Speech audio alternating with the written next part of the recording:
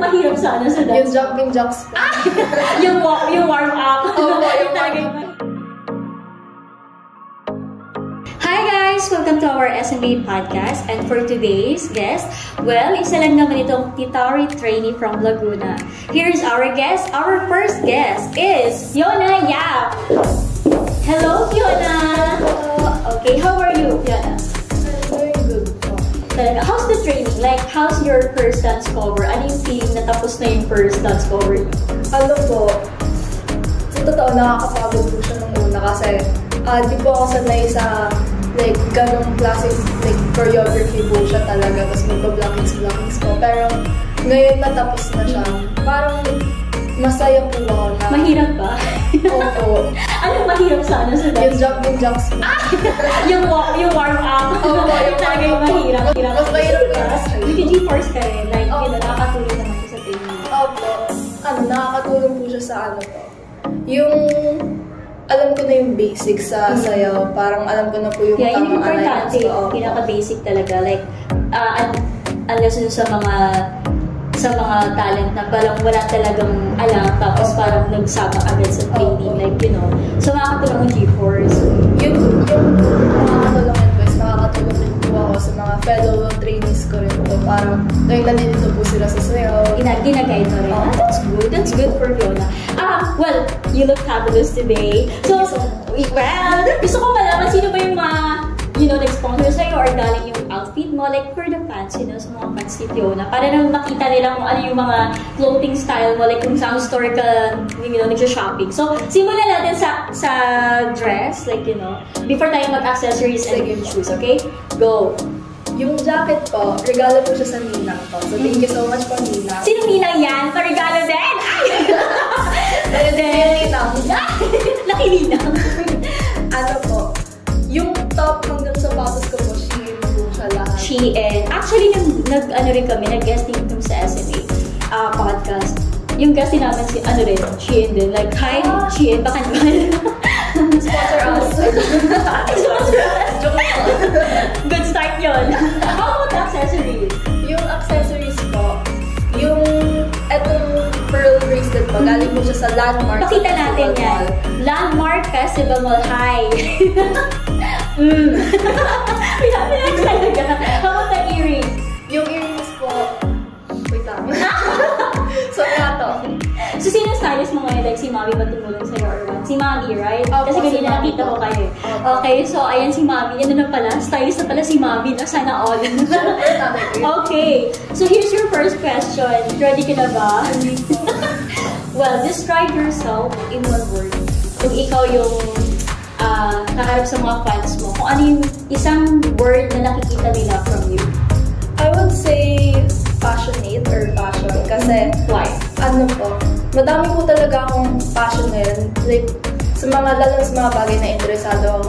Madali ako nakakakuha ng passion sa mga ganun. Katulad po ng dancing. Tapos recently, natututo na po akong mag-drawing. And parang nakakakuha na rin po ako ng passion doon. Kasi parang wala namang magagawa din nagdo-drawing na lang din po ito, hindi po ako sumasayo. Kaya I would say I'm pretty passionate po. Katulad po dito yung sa pag-training. Ganun po. Nakakawala ng boring kasi yung drawing. Actually, yan yung ginawa ko before like year 2020. Okay. During pandemic, yan nasa bahay lang. Nasa bahay lang. Oo, diba? Drawing lang talaga. And ito, since nasa P-pop training ka, like, sino naman yung favorite or inspiration mo dito sa training na to? Like, syempre, okay lang naman kahit K-pop mo. Lahat naman tayo K-pop fans din. So, kung may P-pop, sino yun? Sino yung mga yun? Sa P-pop po, yung pinaka nag-inspire ko sa akin sa P-pop right now, SB19. Yeah! Ganito. Yeah, kahit ba? Kahit sa bahay, no? Why? Ano ba yung mga gusto mo sa kanila? Ano po, nagugustuhan ko po talaga yung fact na, bilang P-pop po, like, nakapag-inspire na po sila internationally. Parang ang big factor po nun. Parang sila na po yung nagbubukas ng pinto para sa P-pop. Like, ever since like nag-rise po sila, na-notice niyo po mas madami na pong nag-aano na P-pop auditions, mga ganun po. Kasi mas nakikita na ng mga Pilipino na mas napansin na talaga. Nagbubukas na po yung mga opportunity para sa P-pop. Pero napansin mo ba, or napanood mo ba doon yung pinaka-training ng SB19?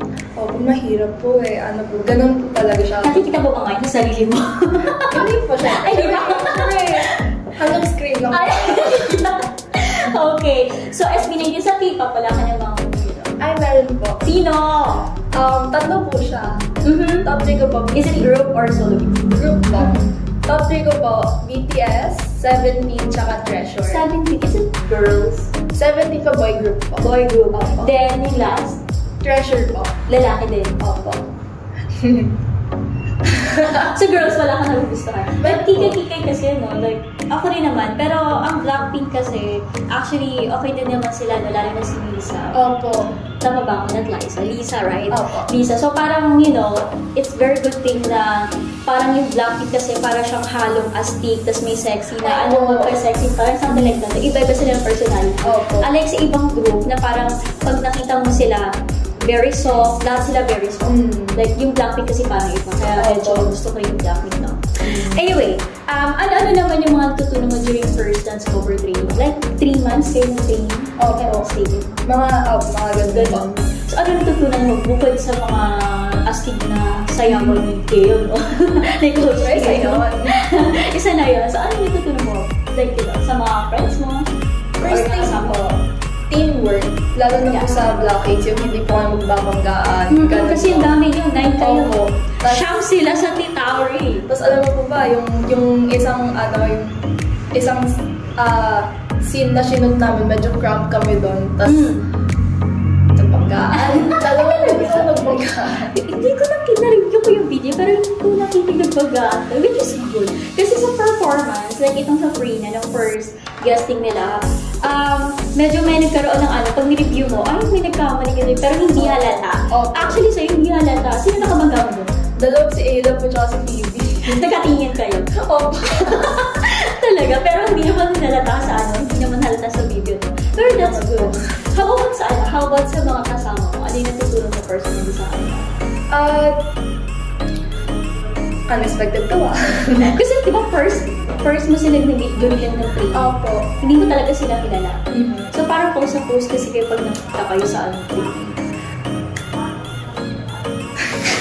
Like friendly ba sila or Opo, friendly po. Medyo parang sa una kasi tari naman ito. May mga ganun di ba? First impression mo. Like parang hesitate kang tawagin or hi, ganun. Pero so far wala namang ganun sa'yo. Opo. Friendly naman sila. Natutunan ko po, don't judge a book by its cover. Kasi ako nun, may isa kayong member na parang kumataray. Para friendly din naman siya. Hindi ko lang makagitin, no? Pero mabait naman siya.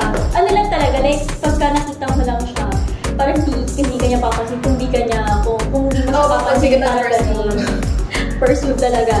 So ito pa, among your call talent, sino yung pinaka-close mo? Simula natin sa isa, yung pinaka talaga. So far po, I would say si Kesha po. Kesha, Kasi, pretty close naman po kami in age. And parang nakaka-vibe ko po talaga siya. Saan mo ba siya nakasama before? Like, dito lang ba sa training? Dito lang po talaga sa training. Let's start. Nung una po, nung nakita ko si Kesha, parang tahimik lang po kasi siya nung nakaupo lang siya doon sa nagtitingin-tingin sa Kasi nagtitiktok siya, like, famous kasi si Kesha. So, hindi ko alam kung nag-engage ba siya sa fansler mo. Nagustuhan ko rin po na like, top 3. Kesha, then... top 3? Hindi mo tambo Tambo? Huwag mo tambo dyan Sino? Number 1 po so far si Kesha. Number 2 si Phoebe. Number 3... Why Phoebe?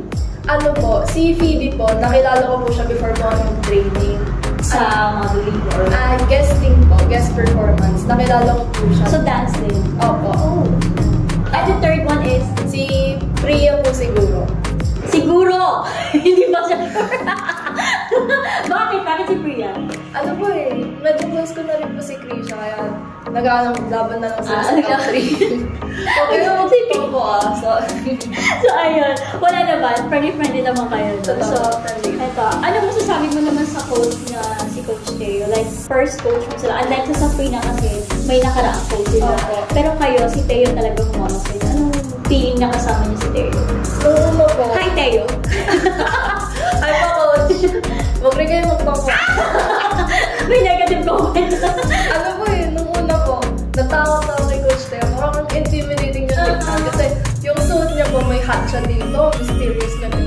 Hindi siya bumingiti. Oo. Yung lagi nakita. Tapos nakakatakot po tuwing pinapa-jump yung jocks kami, pinapa-warm up. Kasi parang ang strict ng boses niya. Pero kapag outside po ng training, masaya po siyang kasama. Like, masaya po siyang kausap, ganun pa. So I would say, Rate 1 to 10. I'm sorry. 10, syempre 10. Pero pagdating sa dance naman, okay ba yung pagtuturo niya? Natuto naman kayo? Like, Opo.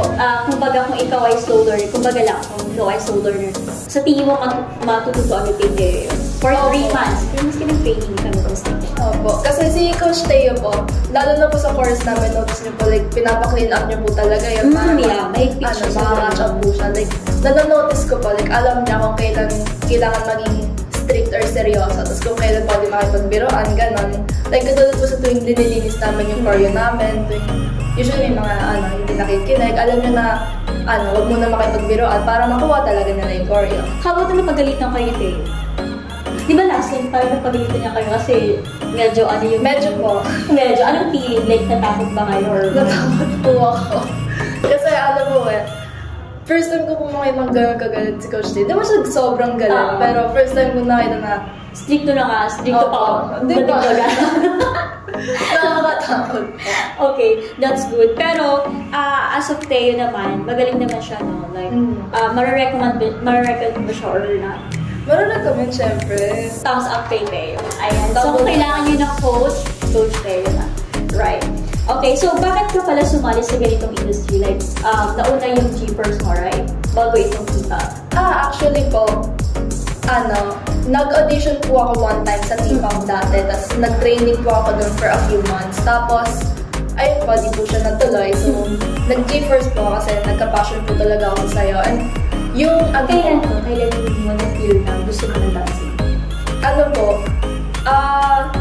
Medyo matagal na po siya ng grade 6 pa po. Nung una, mga TikTok sayo lang po siya. Pero like, as time po, na-enjoy ko po yung pagsayaw tsaka yung pag-learn ng choreo. Kasi parang nakaka-excite rin po siya na may bago akong natututunan, may bago ako pang-pass ng time, gano'n. Yeah, exactly. Tapos, by time, naging passion na po talaga siya. So, TikTok talaga nag-start? Opo, sa TikTok po talaga. Okay. Shout out TikTok. May TikTok tayo. Follow niyo po kami sa aming TikTok. Ayan. So, say something about your fans. Like, sa mga nagsusupport. So, nagla-like, commenting, sharing yung videos nyo. Nag-solo video kayo, di ba, sa dance cover nyo. Anong feeling na ang dami ng views, no? Ang dami nag-i-engage. So, ano masasabi mo sa mga fans? Or may isa-shoutout ka ba kung meron? First of all, shoutout po sa magulang ko kasi sobrang supportive po talaga nila. Share po yung mga posts ko, like nagtatag po sila ng mga kaibigan nila. And sa mga fans ko po, thank you so much kasi since dati pa talaga sila nagsusupport sa akin. So like, masaya po ako na bumalik naman po sila nung nagtatraining na po. Hindi pa kayo? Oo. Ayan, so ano maabangan nila sa'yo? Abangan niyo po yung kaangasan ko po. For the second dance cover? Yes. Abangan niyo yun, guys. Abangan. So, ano bang Fiona makikita nila? Yung Fiona na makikita nila is fierce, ma-aura, matapang. Mas matapang pa sa G22 Limitless, panoorin niyo yun. Yeah, panoorin niyo po yung first dance cover nila. So, ayan. Thank you so much, Fiona. Thank you po. And thank you so much sa mga supporters ni Fiona. Hoping na i-support ko sila sa next months pa. Ayan. Thank you so much, guys! Thank you po.